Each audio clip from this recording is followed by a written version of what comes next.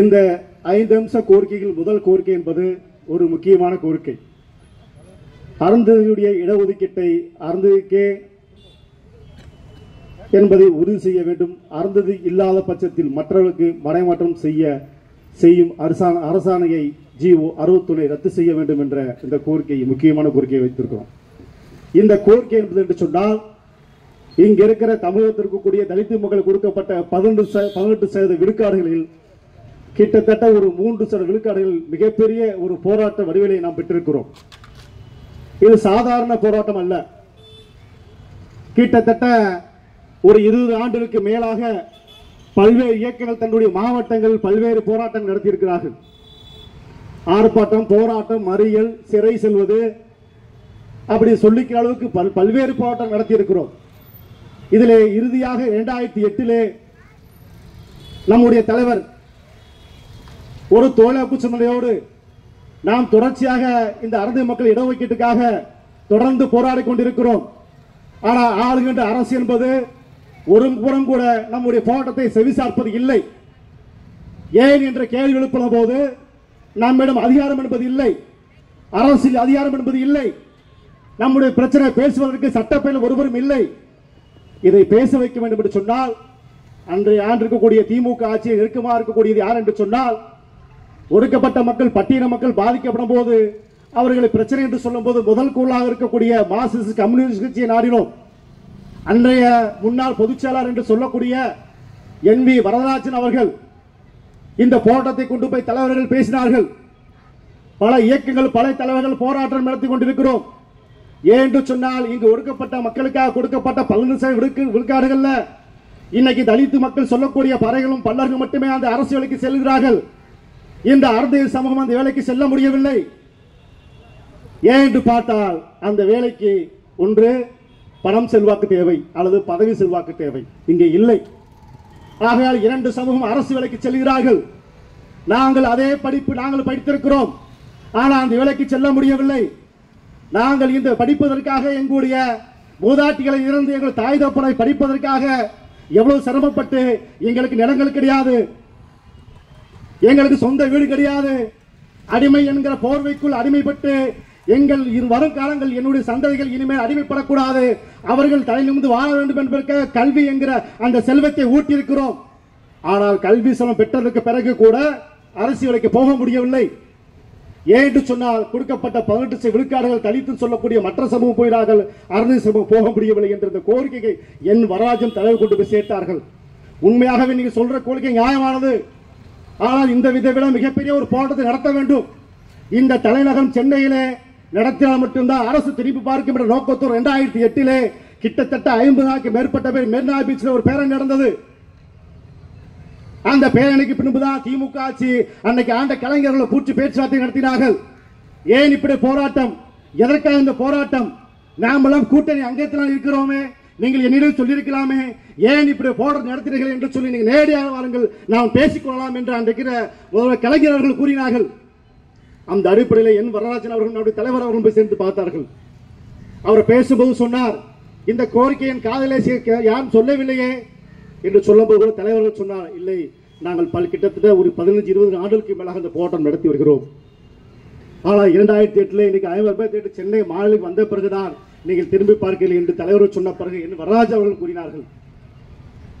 நான் பேசிவிட்டு சொல்கிறேன் என்று சொன்னால், அன்றே என் வரராஜன் சொன்னார், என்னை நம்பி 50,000 மக்கள் வந்திருக்கிறார்கள், ஜக்கன் என்கிற ஒரு தலைவரும் வந்திருக்கிறார், அவருக்கு நான் பதில் சொல்ல கடமை எனக்கு இருக்கிறது, நீங்கள் பதில் சொல்லுங்கள் என்று சொல்லி அந்த மேடையிலே அந்த அறையிலே அமர்ந்து வெளியே செல்லவில்லை என் வரராஜன் அவர்கள். அதுக்கு பின்பாகத்தான் உடனடியாக ஒரு பேச்சுவார்த்தை நடந்தது. இந்த மக்களுடைய எண்ணிக்கை எவ்வளவு இருக்கு என்பதை நாங்கள் பார்க்க வேண்டும், சாதி வாரி கணக்கெடுப்பை எடுக்க வேண்டும் என்பதுதான் ஓய்வு பெற்ற நீதிபதி ஜனார்த்தன கமிஷன் அவர் தலைமையில் ஒரு கமிஷன் அமைத்தார்கள்.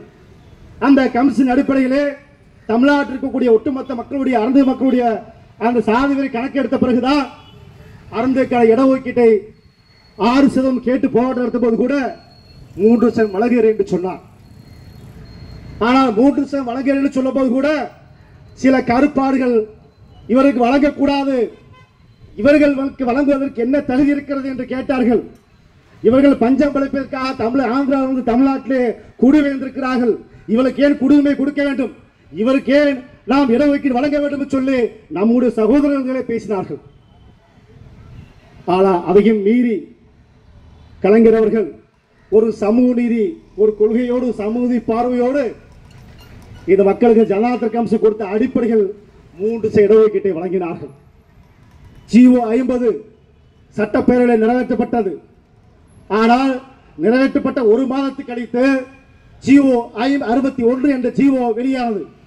அந்த ஜிஓ என்ன சொல்றது என்று சொன்னால், அருந்ததி கொடுக்கப்பட்ட அந்த 3 இடஒதுக்கீடுல அருந்ததி இல்லாத பட்சத்தில் மாற்று தலித்து சமூகம் அந்த வேலைக்கு போகலாம் என்று சொன்னார்கள். அது இன்னைக்கு மாற்று அந்த சமூகத்துக்கு ஒரு வாய்ப்பாக பயன்படுத்தி விட்டது. இன்னைக்கு அரசு வேலைக்கு போக வேண்டும் சொன்னால் அருந்ததிக்கு அந்த தகுதியும் இருந்தும் கூட அங்கே நிராகரிக்கப்படுகிறார்கள். ஏனென்றால் அவருக்கு அந்த தகுதி இல்லை, அவர்கள் யாரும் இங்கே எந்த அடிப்படையிலும் மனு கொடுக்கப்படவில்லை. ஆக மாற்று தலித்துக்கு நாங்கள் வேலையை கொடுக்கிறோம் என்று சொல்லி இங்க இருக்கிற அருந்ததி மக்கள் அந்த வேலை கொடுக்க விடாமல் அவரை மனமாற்றம் செய்து விட்டார்கள். ஆனால் இந்த இடஒதுக்கீடு 3 கொடுத்த பின்பு கூட முழுமை அடையவில்லை. அந்த கொடுக்கப்பட்ட 18% விழுக்காடுல 15% விழுக்காடுல அருந்ததியும் அந்த வேலைக்கு போகலாம். ஆனா 15% விழுக்காடுல அருந்ததி ஒருத்தர் கூட போக முடியாது. ஏன்னா அந்த 15% அங்க இருக்கிற பரையிருப்பாளர் சமூகம் மட்டும்தான் ஆளுமையா இருக்கிறாங்க, அதுக்குள்ள போக முடியல. எனக்கு கொடுத்த தனி உள்ஒதுக்கீடு 3% கூட நான் வேலைக்கு போறல சொன்னா இந்த ஒதுக்கீடு யாருக்காக கொடுத்தீங்க? நான் பயன்பட முடியலன்னு சொன்னா அந்த இடஒதுக்கீடு எனக்கு இல்லைன்னு சொன்னா யாருக்கான இடஒதுக்கீடு? எனக்கு கொடுத்துட்டு நீ திரும்ப மத்தவே போன்னு சொன்னா அந்த இடஒதுக்கீடு எனக்கு தேவையே இல்லையே. ஏன் சொல்றேன்னு கேட்டா, இந்த இடஒதுக்கீடு எனக்கு பயன்படவில்லை சொன்னா இது யாருக்கு பயன்படுறதுக்காக எனக்கு கொடுத்தா முத்தம் கொடுக்கப்பட்ட அந்த இடஒதுக்கீடு யாருக்கான இடஒதுக்கீடு? எனக்கு கொடுக்கப்பட்ட இடஒதுக்கீடு நான் வேலைக்கு போக முடியலன்னு சொன்னா அந்த இடஒதுக்கீடு யாருக்கான இடஒதுக்கீடு?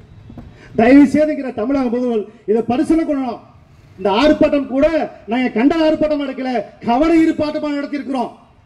ஏன்னா இப்ப சட்டப்பேரவை நடந்துட்டு இருக்குது. நாளைக்கு ஆளுநர் நடத்தக்கூடிய அந்த அமைச்சருடைய கூட்டம் நடக்குது. அந்த கூட்டத்தின் வாயிலாக கூட இந்த செய்தியை போய் சேர்க்கிறதா இந்த ஆர்ப்பாட்டத்துடைய எடுத்திருக்கிறோம். ஆகையால எங்களுக்கு கொடுக்கப்பட்ட அந்த ஜிஓ 50 நடைமுறைப்படுத்த வேண்டும், 61 ரத்து செய்ய வேண்டும். அது ரத்து செய்தாதான் இங்க நிறைய இளைஞர்கள் படிச்சுட்டு வேலை இல்லாமல் இருக்கிறாங்க, அவங்களும் அரசு வேலைக்கு போகணும். இடஒதுக்கீடு என்பது பொருளாதாரத்திலேயும் கல்வியை பின்தாங்கிய சமூகத்துக்கு கொடுக்கப்பட்டதா இடஒதுக்கீடு. அந்த இடஒதுக்கீட்டை நீங்கள் படித்து விட்டீர்கள் சொன்னால் நாங்கள் படித்த இளைஞர்கள் எப்படி வேலைக்கு சேர முடியும்? ஆகையால் அந்த ஜிஓ 61 தமிழக முதல்வர் அவருடைய சமூக பார்வையோடு ரத்து செய்ய வேண்டும் என்று இந்த ஆர்ப்பாட்டத்தின் வாயிலாக நாங்கள் கேட்டுக்கொள்கிறோம். இரண்டாவதாக SCA என்கிற பட்டியல், இந்த பட்டியலில் அனைத்து உட்பிரிவு அருந்திகளுக்கு அருந்ததி என்கிற சாதி சான்று வழங்க வேண்டும் சொல்லி சட்டப்பேரவையில் நிறைவேற்றியிருக்கிறார். இது சாதாரண விஷயம் கிடையாது. பல்வேறு சட்டமன்ற உறுப்பினர்கள், பல்வேறு அமைச்சர்களையும் பல்வேறு இயக்கங்கள் நெருக்கடி கொடுத்து இங்க இருக்கிற சாதி வரிகள் ஒவ்வொரு மாவட்டத்திலும் ஒரு சாதியாக இருக்கிறது. சென்னையா ஆதி ஆந்திரா, சென்னையா ஆதி ஆந்திரா, மேற்கு மாவட்டமா மாதியா, தோட்டி, தோட்டா, சக்கிலியன், இப்படி ஒரு 7 வகையாக பிரிச்சிருக்கிறார். ஆனா இடஒதுக்கீடு கிடைச்சும் கூட இந்த வேலைக்கு போக முடியல. ஏன்னா அருந்ததி கேட்டகரி இருக்கா அப்படி ஒரு சூழல் இருக்கும் போதுதான் இங்க இருக்கக்கூடிய இந்த 7 வகையை கொண்ட இந்த சமூகம் என்பது ஒரே கேட்டகரியில அருந்ததி என்கிற சர்டிபிகேட்டை நீங்க வழங்கணும் சொல்லி இந்த கோரிக்கையை சட்டமன்றத்தில் நிறைவேற்றப்பட்டிருக்கு. ஆனா இங்க இருக்க அரசூழியர்கள் தமிழ்நாட்டில் அரசூழியர் இருக்கிறாங்களா இல்ல அதர் ஸ்டேட்ல அரசூழியர் இருக்காங்களா தெரியல. மாவட்ட ஆட்சியருக்கு அறிவில்லை, மாவட்ட வருவாய்த்துறைக்கு அறிவில்லை, சாதாரண இருக்கக்கூடிய அங்க இருக்கிற வருவாய்த்துறைக்கு சொல்லக்கூடிய கிராம உதவியாளர் கூட அறிவில்லை. சட்டம் அங்கு நிறைவேற்றப்பட்டிருக்கு சட்டப்பேரவையில். அனைத்து சாதியும் அருந்ததிகளா என்ற கேட்டகரி கொடுத்த பிறகு கூட இல்ல நாங்க சக்கிலியும் தான் கொடுப்போம், நாங்க ஆதிதவர் தான் கொடுப்போம் சொன்னா என்னடா நீ அரசு வேலை பார்க்கிற? என்ன அரசு வேலை பார்க்கிற? அரசு வேலையில கொடுக்கப்பட்ட விஷயங்களை நீ கவனம் செலுத்த சொன்னா நீ எந்த நாட்டில் நீ அரசு வேலை பார்க்கிற? அதனால அரசு இந்த மாதிரி தவறு செய்வதன் மீது சட்டப்படி நடவடிக்கை எடுக்கணும். ஜீவோ இருக்கும் பொழுது அதை நீ தவறாக பயன்படுத்த சொன்னா அவர் நடவடிக்கை எடுக்கணும். இந்த அரசாங்கம் அமைதியாக்குது. ஆகையால் தான் உங்க கவனத்துக்கு கொண்டு வர சொன்னதாக இந்த கவன ஏற்பாட்டை கொண்டு வந்திருக்கிறோங்கிற இந்த கூட்டத்தின் வாயிலாக நான் தெரிவித்துக் கொள்கிறேன். அதுபோல இன்னைக்கு அரசு இடஒதுக்கீட்டு 3% மட்டுமே கொடுக்கப்பட்டிருக்கிறது. நாங்கள் பல ஆண்டுகளாக கிட்டத்தட்ட 6 இடஒதுக்கீடு வேணும் என்ற போராட்டத்தை நடத்தி கொண்டிருக்கிறோம். 3 இடஒதுக்கீடு பத்தாவது. தமிழ்நாட்டை கிட்டத்தட்ட ஒரு 80 லட்சத்துக்கு மேல தாண்டிட்டோம். சாதி வரி கணக்கெடுப்பை அரசு எடுக்கிறோம். அரசு மட்டும் இல்ல, மத்திய அரசு எடுக்கணும். அப்பதான் இடஒதுக்கீடு என்பது எங்களுக்கு அதிகமாக கிடைக்கும் என்ற அடிப்படையை சொல்லிக்கொண்டு 6 இடஒதுக்கீட்டை நாங்கள் உயர்த்தி கேட்கிறோம். 6 இடஒதுக்கீட்டை இந்த அரசாங்கம் நிறைவேற்றப்பட வேண்டும் என்று பணிவோடு கேட்டுக்கொண்டு கொங்கு நாடு மக்கள் கட்சியுடைய தலைவராக்கப்பட்ட ஈஸ்வரன் கூட சட்டப்பேரவையில் பேச சில தேர்தல் கணத்தில் கூட வாக்குறுதி கொடுத்திருக்கிறார். நீ எனக்கு நான் சட்டமன்றத்தில் நான் எம்எல்ஏ ஆட்சின்னு சொன்னா கண்டிப்பான முறையில் 6 இடஒதுக்கீட்டை நம்மளுக்காக பேசணும்னு சொல்லி ஈஸ்வரன் வாக்கு கொடுத்திருக்கிறார். பிரச்சாரத்தில் கூட கொடுத்திருக்கிறார். ஆனா இன்னைக்கு வரைக்கும் சட்டமன்றத்தில் அவர் பேசல, அமைதியா இருக்காரு. ஆனா இது அந்த கவனத்தை நாங்க தெரிவித்துக் கொள்கிறோம். பட்டியல மக்களுக்கான 20% இடஒதுக்கீட்டை உயர்த்தி 18 20 சொல்றோம். ஏன் 20 சொன்னா இங்க இருக்கக்கூடிய பார்ப்பனர் சொல்லக்கூடிய 3% தான் இருக்குது. இந்த குடும்ப வச்ச பார்ப்பனருக்கு 3% தான் இங்க இருக்கிறாங்க. ஆனா 10% இடஒதுக்கீடு மத்திய அரசு வழங்கி இருக்கு. எந்த இடத்துல வாங்கி இருக்குது? அவங்க எந்த பின்தங்கி இருக்காங்க? கல்வியில பின்தங்கிருக்கிறாங்களா, பொருளாதாரத்துக்கு பின்தங்கி இருக்கிறாங்களா, அவங்க என்ன குறை என்பதற்கு அடிப்படையில் அவங்களுக்கு கொடுத்துருக்கீங்க. காலங்காலமா மணியாற்றுறது மட்டும்தான் வேலை நினைச்சிட்டு இருக்காங்க. அவங்க மணி மட்டுமே ஆட்டல. இன்னைக்கு கலெக்டராக 40 ஆண்டுகளுக்கு 30 ஆண்டுகளுக்கு படி பார்த்தா கலெக்டரா இருக்கிறான், எஸ்பியா இருக்கிறான், மாவட்ட அத்தனை துறையிலும் யார் இருக்கிறான்? ஐயர் தான் இருக்கிறான். அப்ப அவனுடைய சமூகம் என்பது ஒரு மிகப்பெரிய ஒரு பொருளாதாரத்தில் வளர்ந்திருக்குது, கல்வியில் வளர்ந்திருக்குது. அவனுக்கு எதுக்கு 10 இடஒதுக்கீடு கொடுக்குற? தேவையில்லையே. நான் கோயில கடவுளுக்கு எடுத்து நான் தான் சொல்றேன். அப்புறம் ஏன் அரசு வேலைக்கு வர? அரசு வேலைக்கு என்ன மாதிரி நீ வர? மணியாட்டி இருக்க வேண்டியதானே? அரசு வேலைக்கு வரணும், கோயில் மணியும் அடிக்கணும். என்னடா பிறப்புது? இவனுக்கு 10 இடஒதுக்கீடு வெக்கமா இல்லையா? அந்த மாநில அரசு மத்திய அரசு கேட்கிறேன். அதனால தமிழ்நாட்டில் இருக்கக்கூடிய வட மாவட்டமாகட்டும், தென் மாவட்டமாகட்டும், மேற்கு மாவட்டமாகட்டும், இன்னைக்கு கொத்து கொத்தாக இன்னைக்கு தலித்து மக்கள் இருக்கிறான். இவனுக்கு கூட 20 இடஒதுக்கீடு அவனுக்கு கொடுக்காம வறுமை இல்லாம வளர்ச்சி எடுக்கக்கூடியவனுக்கு ஏன் 10 இடஒதுக்கீடு கொடுக்குறீங்க? ஆனா இங்க இருக்கிற பட்டியல சமூகத்துக்கு 20 இடஒதுக்கீட்டை மத்திய அரசு வழங்க வேண்டும். அதுக்கு மாநில அரசு நீங்கள் உறுதியாக நிற்க வேண்டும் என்று சொல்லி இந்த கேட்டுக்கொள்கிறேன். அது மட்டும் இல்லாம பட்டியலின உயர் பட்டியலும் அருந்ததி மக்களுக்கான இதர பட்டியல், அதாவது கல்லூரிகள் பார்த்தீங்கன்னு சொன்னா பேராசிரியர், துணை பேராசிரியர் எல்லாம் நமக்கான தகுதி என்பது இருக்குது. ஆனா இங்க இருக்கிற காலகட்டங்களில் தகுதி என்பது இல்லைன்னு சொல்லி இன்னைக்கு புறக்கணிக்கிறான். உயர் பதவிக்கு தாழ்த்தப்பட்டவன் சக்கிலியன் போகக்கூடாதுங்கிற அந்த மனநிலை தான் சாதிய பார்வையில் இன்னைக்கு கல்லூரியில் இருக்குது. இன்னைக்கு 20 ஆண்டுகளாக 18 ஆண்டுகள் அந்த கல்லூரியில வேலை செய்து கிட்டத்தட்ட அவர் பேராசிரியர் நிலைக்கு வரும்பொழுது உனக்கு கல்வி தகுதி இல்ல, உனக்கு சீரியாட்டி இல்லைங்கிற ஏதாவது காரணத்தை சொல்லி அவரை புறக்கணிக்க நினைக்கிறாங்க இங்க இருக்கக்கூடிய கல்லூரி நிர்வாகம். இந்த கல்லூரி நிர்வாகத்தை இங்க இருக்கிற மாநில அரசு ஏன் கேலி கூத்தா பாக்குறீங்க?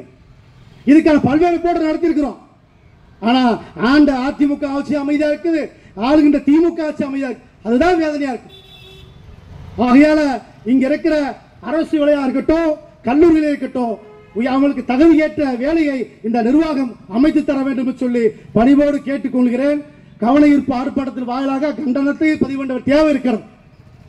இன்னைக்கு நெல்லை சீமையில இன்னைக்கு மார்க்சிஸ்ட் கம்யூனிஸ்ட் கட்சி அலுவலகத்திலே தலித்து சமூக சேர்ந்த ஒரு இளைஞன் மாற்று சமூக சேர்ந்த ஒரு பெண்ணை காதலித்து திருமணம் செய்வதற்காக மார்க்சிஸ்ட் கம்யூனிஸ்ட் ஆட்சி நெல்லையில் அவர்கள் தஞ்சமடையும் போது அங்க இருக்கிற மாவட்ட செயலர், மார்க்சிஸ்ட் கம்யூனிஸ்ட் மாவட்ட செயலர் சம்பந்தப்பட்ட காவல் நிலையத்துக்கு சொல்றார், இந்த மாதிரி ஒரு பெண்ணும் ஒரு ஆணும் எங்களோடு தஞ்சமடைந்திருக்கிறார்கள், நாங்கள் திருமணம் செய்ய நடத்த போகிறோம்.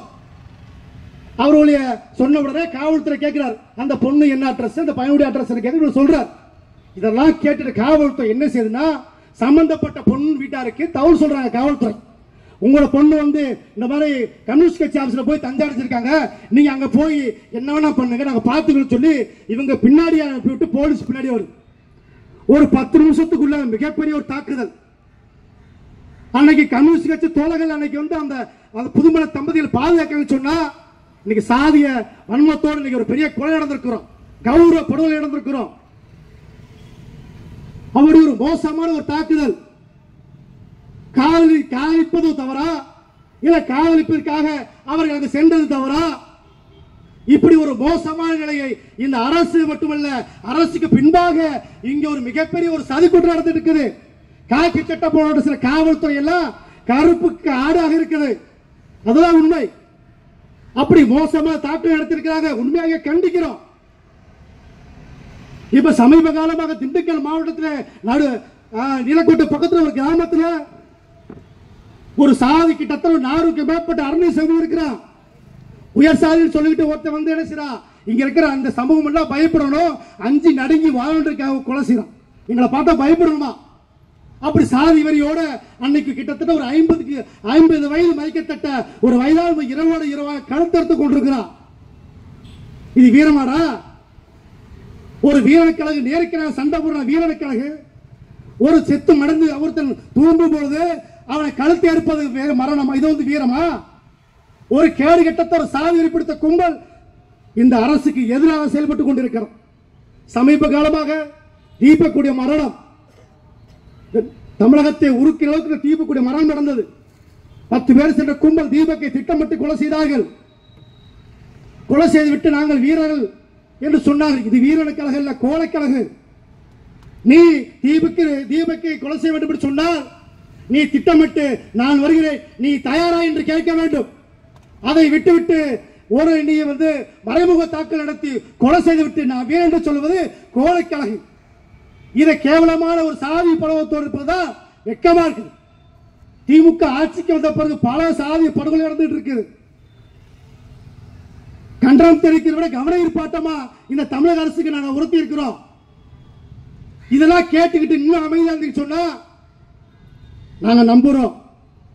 திமுக ஆட்சியில் எங்களுக்கு அதிகாரம் இருக்கு நம்புறோம். ஏன்னா இந்த கடந்த சட்டமன்ற தேர்தலுக்கும் நாடாளுமன்ற தேர்தலுக்கும் 2 தேர்தலுமே அருந்ததி ஓட்டு வங்கி திமுக அதிக அளவில் இன்னைக்கு பெற்றுக் கொடுத்திருக்கிறோம்.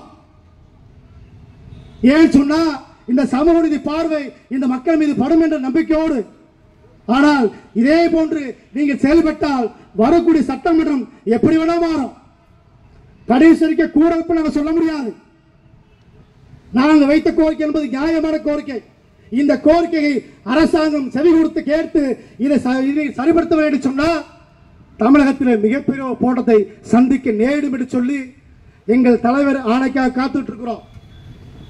இந்த போராட்டத்தின் வாயிலாக இந்த அரசாங்கம் செவி கொடுத்து கேட்க வேண்டும் சொன்னால் தமிழகம் தழுவிய மிகப்பெரிய ஒரு நெருக்கடியை இந்த அரசு நேரிட வேண்டாம் என்பதை கேட்டுக்கொண்டு எனக்கு பேசுறதுக்கு வாய்ப்பு நன்றி. நன்றி, வணக்கம்.